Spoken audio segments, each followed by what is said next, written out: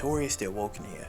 So, for today's What If, we're going to be talking about what if Vegeta actually lost his complete mind and actually killed Chi-Chi and Goku became the legendary Super Saiyan because of that. So, we've known that there's been a lot of animosity, a lot of pimped up rage and frustration over the years with Vegeta because Goku has been the one to have surpassed him like time after time after time after time again, which pissed off Vegeta in multiple ways, where to the point where he was just like, I've had enough. Because when you look at it during like the Cell stuff and the Android saga, where it was like Vegeta was pissed off because, you know, in the hyperbolic time chamber, that's when you had Goku teaching like Gohan like how to go into Super Saiyan, and then for that glimpse, for that small second, that's when you seen Gohan actually transform into like Super Saiyan 2 for just a minute, right?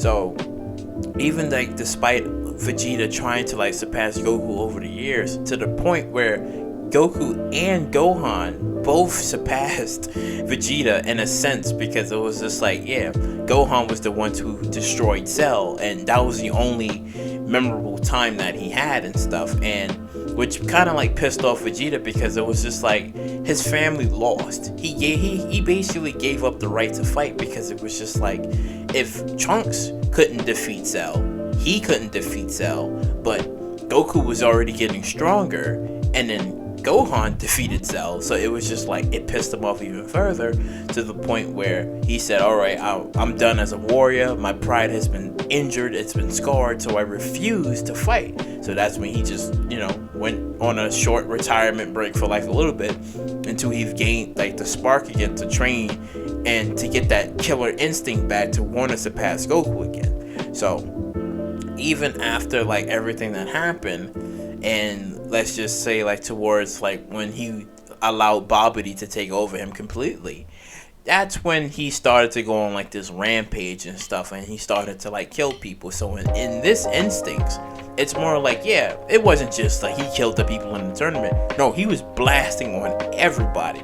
And then let's just say Chi-Chi was just there in sight, and he saw her and stuff, because he realized, he was like, he didn't care about nobody, he just wanted to surpass Goku and stuff. So killing innocent people just to get Goku pissed off wasn't truly enough, because yeah, he was angry, he was pissed off as to why Vegeta did that, and Goku sees it as petty squabbles, but it's just that Goku doesn't understand Vegeta's pride, because despite Vegeta explaining to Goku that, yeah, you know, technically we were slaves, right? You know, I had to do this as a child. I didn't have the life that you had and stuff, because that was Vegeta's tale. Vegeta had to work, kill, and do a lot of things that he later on regretted doing, because he had to, because he was a Saiyan, and that's what the Saiyan race was all about, was basically destroying worlds and pillaging, and then coming back to report to King Vegeta to explain that, yeah, I finished my mission, I destroyed the planet, I killed whatever and stuff, so that way, you know, we can prosper and stuff. That's all that he did. And for Goku, like, yeah, he landed on planet Earth, he was raised by Grandpa Gohan, and he had somewhat of a chill life and stuff, going on like these crazy adventures with Bulma, meeting like Yamcha, fighting alongside Yamcha against like Tien and then the Red Ribbon Army, and then eventually going into the World Tournament a couple of times, and then fought Demon King Piccolo, and then fought Piccolo. So it's just like Goku had an illustrious life that Vegeta didn't have, which you can kind of say in a way that Vegeta was jealous of, and he kind of wanted to like get that jealousy out the way, because it was like, for a low class Saiyan like Goku to have everything, Vegeta had to work twice as hard to get. So in this instinct, Vegeta would know that this is the only way to get him to fight me seriously, and possibly to maybe kill me, if he was to like literally kill like Chi-Chi and stuff. So let's just say like he blasted like a beam down, right, and just obliterated Chi-Chi, and Goku sees this, and he's screaming out, Vegeta stop, and nothing's working. He does it, right? And next thing you know, Goku loses his mind, and he just goes into this rage, and stuff. He's on some Broly rage type shit. So he just loses it and he transforms into like the legendary Super Saiyan, right? This is like the newest stage and stuff. So it's just like, yeah, Goku has Super Saiyan 3, but how they say like, yeah, Super Saiyan 3, like that's it, that's the cutoff point. No, he transforms into legendary Super Saiyan because, my personal beliefs aside, it's more like, I believe like the legendary Super Saiyan, and in my head canon, I would just say, it's like, I think you would have to be maybe pissed off to that a certain extent, maybe further than rage can even take you, to the point where you're consumed with rage, you're drunk with rage. Rage is your nightmare, it's your fear, it's your everything, and that's what you succumb to. It's your rage, so you just don't think about anything only but destruction, in a sense, almost like some Beerus type shit that he's teaching Vegeta right now, but it's the legendary Super Saiyan. So Goku is beating the fuck out of Vegeta and stuff, and Vegeta can't do anything. It's just like pure adult, I'm going to fuck your whole shit up, and that's what Goku is doing towards Vegeta.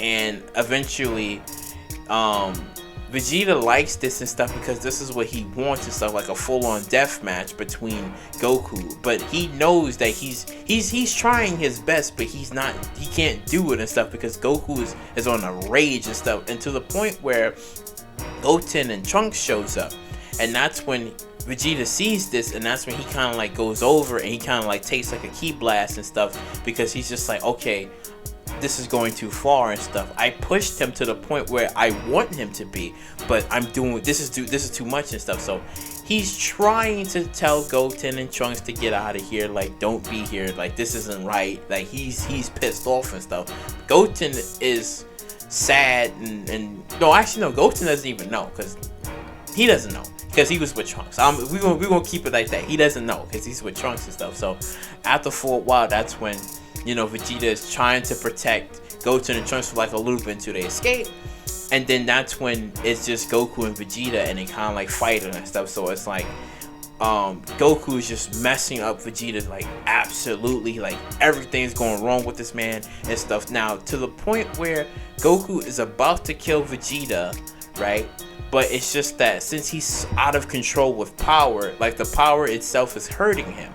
So Vegeta sees this and he's like happy but also pissed off, because he's like, this isn't what he wanted. He wanted to continue to fight Goku the way that he is right now, but he realized that him out of control could literally destroy the planet and stuff. So basically he kind of like fights him just for like a little bit until he regains his senses, but Goku is still pissed off and stuff, so he's kind of like going in and out of the form and stuff, to the point where Vegeta defeats Goku, right?